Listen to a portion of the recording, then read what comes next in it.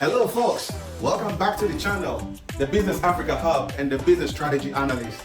In this episode, cyber security, protecting your online security. How do you protect yourself? Inform yourself. When you inform yourself, you arm yourself. Secondly, don't just be greedy. Don't be greedy. Be wary of any stories that are too good to be true. If they are too good to be true, probably they are. So don't click just any link that comes with some promotion saying this airline is giving away that shop is giving away that, and that restaurant is giving away that. If you are somebody who is greedy, who likes cheap, you can easily fall for that. In Ghana, they call it adifudi. You like adifudi, upadifudi, you will fall for that. See? So please, don't be greedy. And that way, you'll be able to protect yourself. So, please, watch this video to the end, share, and if you haven't done so yet, subscribe. And of course, we'll be happy to also get your views in the comment section down below. Hello folks, welcome back to the channel, the Business Africa Hub and the Business Strategy Analyst. This is your usual presenter, Jules Nate Tokoli. In this episode, cyber security, protecting your online security. That is what we're going to be delving into today. So please watch this video to the end, share, and if you haven't done so yet, subscribe. And of course, we'll be happy to also get your views in the comment section down below. In the not too distant past, we spoke of security mainly in terms of our person and property. But with the advent of the internet came the need for another kind of security, web security. The internet is an extremely useful tool. Since its commercialization in 1995, it has revolutionized in previously unimaginable ways the way we communicate and share or receive information. The internet has also changed the way we acquire goods and services and do business, and all this at relatively affordable costs. However, the internet can also be a veritable dangerous place. There are many criminals out there, just as there are in real life, that seek to exploit the internet to their own selfish advantage. And usually, these criminals do well in hiding their identity to avoid detection. In recent times, many of these criminals have been secretly installing malware such as spyware on unsuspecting users' computers in order to steal personal information. They also employ spoofing and phishing in order to steal identity, largely for financial reasons. Matter of fact, some of our clients have suffered this phenomenon, and I know many others who have. In fact, I didn't intend to produce this episode at this time, but had to because just last week, I received an email that, for my awareness of the Study Act, would have tricked me. So I thought to share this piece of information with you, my dear viewers, who may not know how to protect yourself from these predators. I will try as much as possible to summarize and break things down to the understanding of the less tech savvy. Thus, before I proceed, I want to first explain some of the terms that we'll be looking at in this episode. The first one is spoofing attack. What is it? In the context of network security, a spoofing attack is a situation in which one person or program successfully masquerades as another by falsifying data and thereby gaining an illegitimate advantage. The next one is phishing.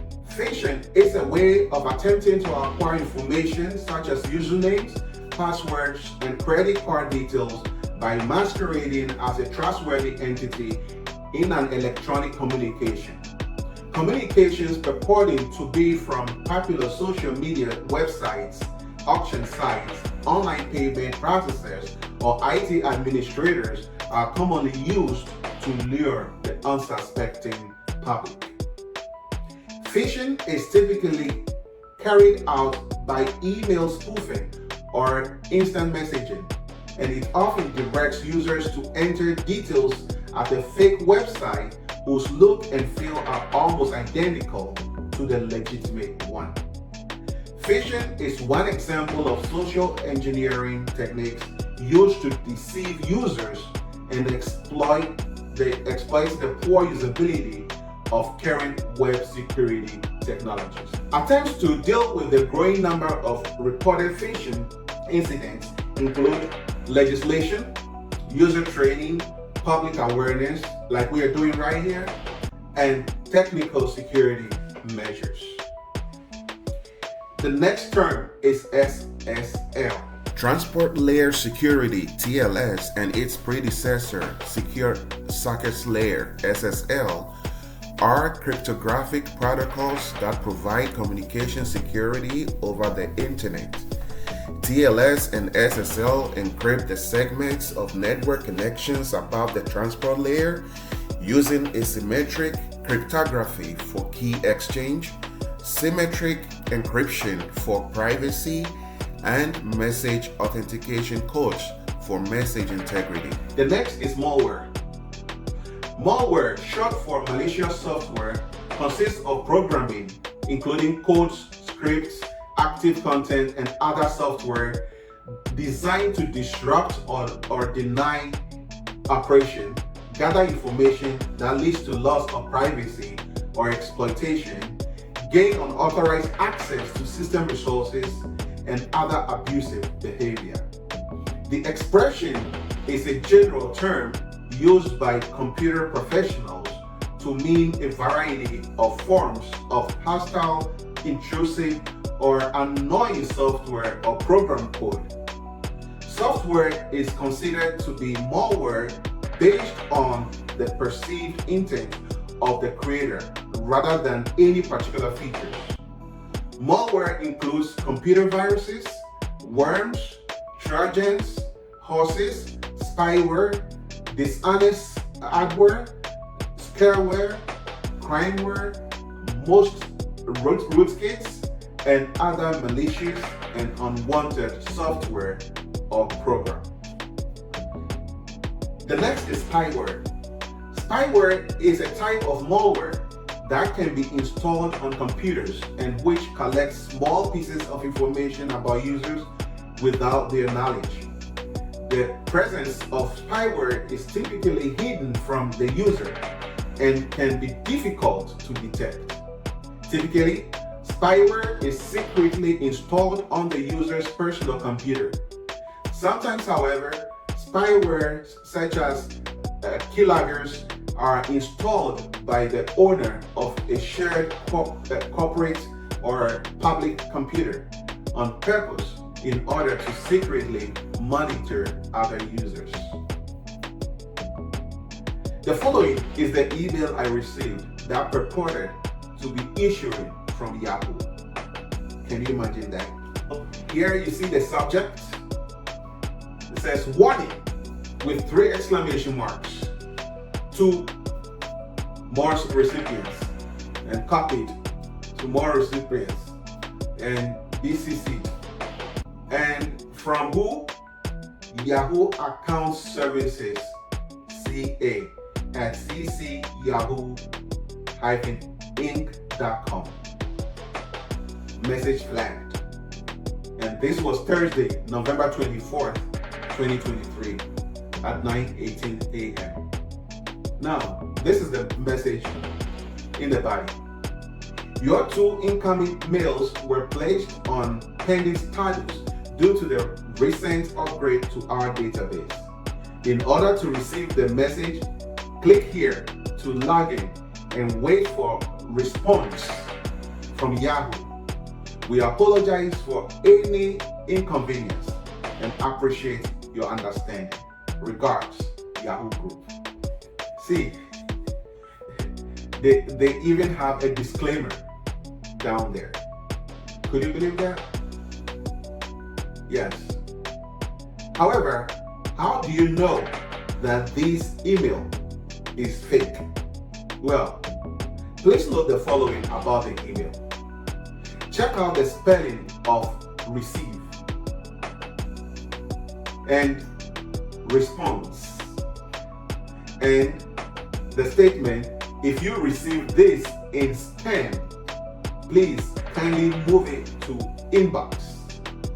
It can never happen that Yahoo will send a service email that will be filtered by Yahoo's own spam filter and sort it as a spam. So there you have it. There you see how clever they think they can be, but if you are wary, they can easily get the best of you. So now, here are some precautions that you can take. But before then, let us see what technologies have been put in place in order to curtail the onset of this crime. In order to protect users of the web from malware attack, spoofing, and phishing, authentic web browsers such as Google's Chrome, Microsoft's Edge, Mozilla, Firefox, Safari, and Opera have built-in phishing and malware protection. That feature warns you about websites that are illegitimate.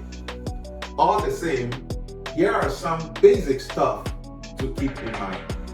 Whenever you access a website that requires of you to provide information such as username and password, check in the address bar. The http:// should automatically change to https:/ before www. Please note the S, which represents security. That assures you that the information that you are about to communicate to the server will be transmitted over a secure platform that encrypts the information as it is being transmitted. That way, phishers are unable to eavesdrop on the communication in order to steal your identity. Also, depending on the kind of browser you are using and the configuration of its settings, whenever you access a website that requires personal information, there is a padlock that displays in the status bar. A closed padlock assures you that the information you provide will be secure, whereas an open padlock means otherwise. When you click the padlock, it will give you such information as the authority that issued the SSL certificate, name of the organization it has been, name of the organization it has been issued to, and also in that case, make sure that the name of the URL or the website address is the same as the one on the certificate. It will also give you the validity period of the SSL. This is usually 1 year or less. But be suspicious of certificates that have 3 or more years of expiry date. Though usually an issuing authority's website may have up to 10 years. However, some attackers fake the certificates and padlock, says the National Cyber Alert System in the US. Thus, quote, a more secure way to find information about the certificate is to look for the certificate feature in the menu options. This information may be under the file properties or the security options within the page information. Unquote. Whenever you access a website that requires of you to provide information such as username and password, please look for these features before you proceed to provide such information. In my case, displayed on the screen you see the URL that the phisher sent me to click and verify my login details. As you can see, the click here hyperlink that you click on, the click here, directs to a URL that does not belong to Yahoo. As you can see in the website address, there's nothing about Yahoo in there. Also, there is no S after the HTTP. And even though the page I visited looks exactly like the login area of Yahoo Mail, there is no SSL certificate installed. The padlock is thus open. So then you know it's fake.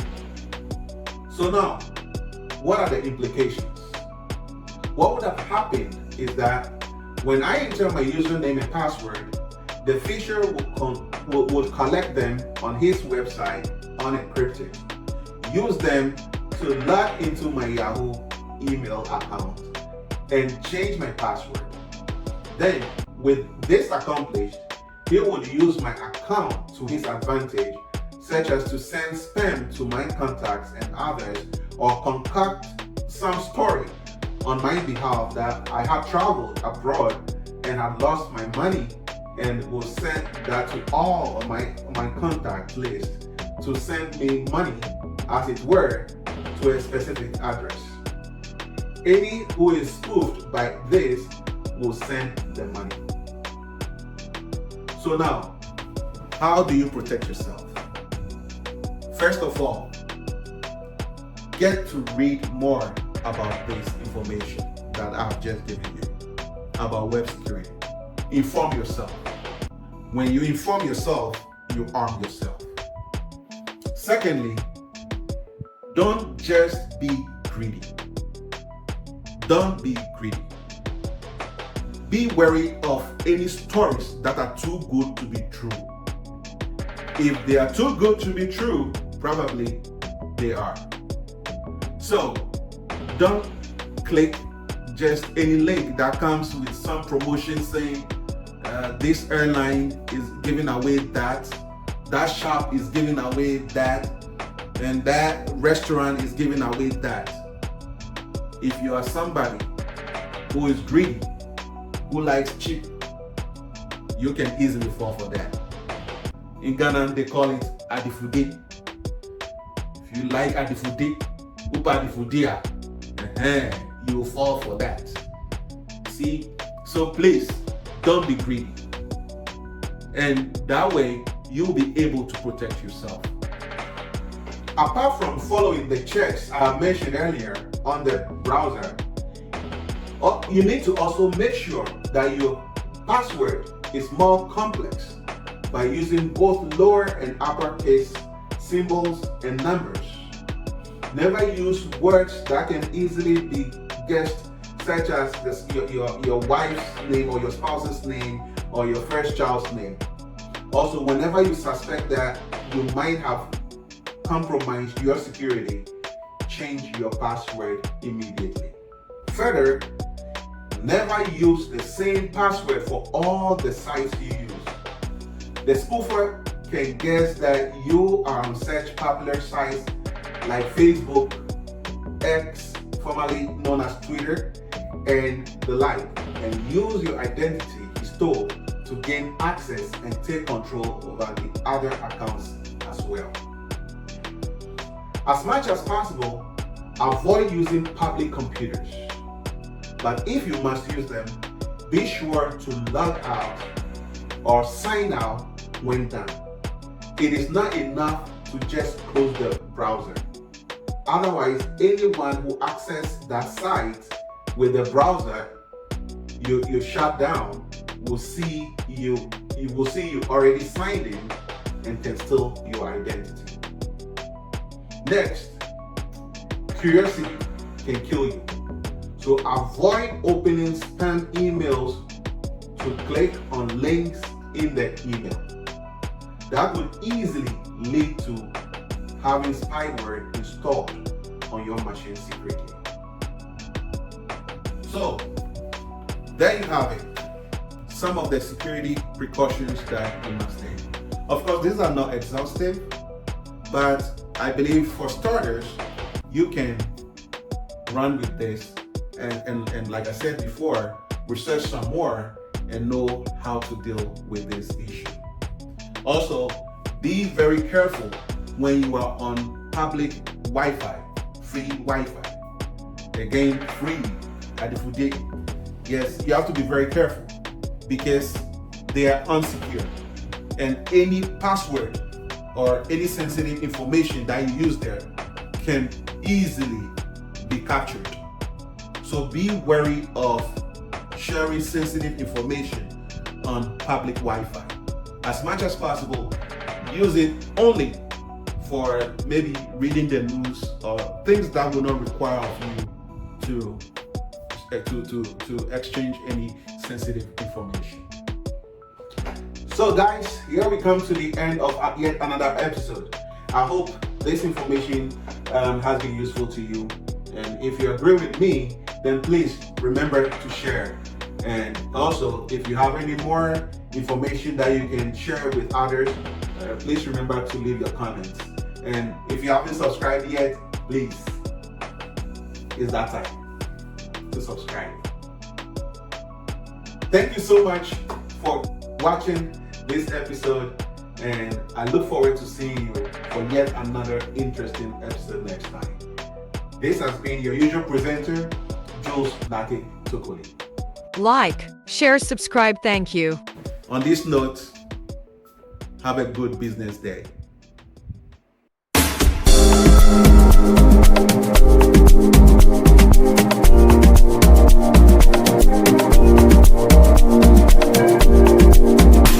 Welcome to the Business Africa Hub, your one-stop platform for all things African business. Our platform provides a space for African entrepreneurs to connect, collaborate, and grow their businesses. With exclusive interviews, industry insights, and networking opportunities, we're empowering the next generation of African business leaders. From tech to agriculture, finance to creative industries, we're shining a spotlight on the most exciting and impactful businesses in Africa. Join the Business Africa Hub community today and be part of the continent's entrepreneurial revolution. Like,